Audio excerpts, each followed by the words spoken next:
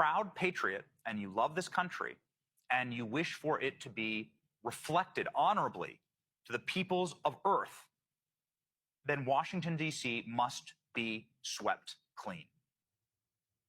Your life, we over here with our life, ain't nobody really tripping. It's rare that you would go to the, you don't need to go to the restaurant because black people have their own restaurant. But what happens is Martin Luther King and these activists bust people into the city.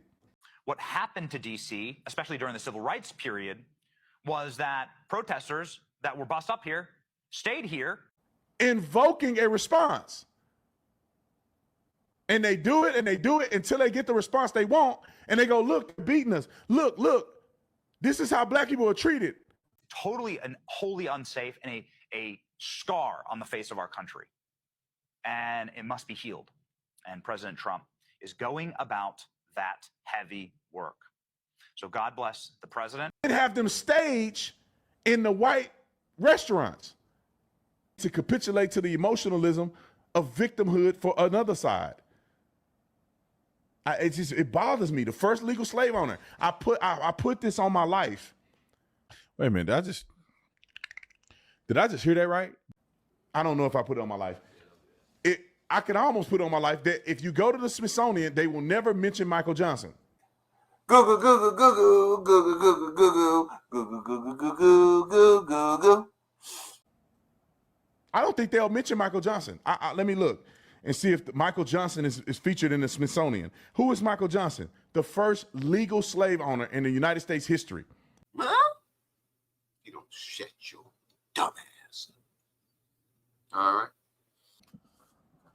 And what does that mean? He had 2 indentured servants who was black. He was a holy shit. When did this man become so deranged? Black man himself. He went to court, sued that they would be indebted to him for life.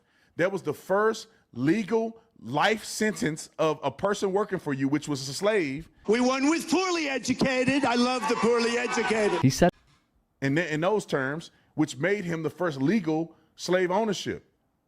Wait a minute, did I just hear that right? It was the final batch of black slaves who were freed. Why do they do revisionist history? You can look this up for yourself. Why do they do revisionist history? This is what Jillian Michaels is talking about. Like, Trump is going back into the Smithsonian and some of these federal institutions and saying, are you teaching it properly? Or are you indoctrinating the history of slavery to make one side look bad? And you believe 2 + 2 is 7, and an 80% increase is a 36% increase.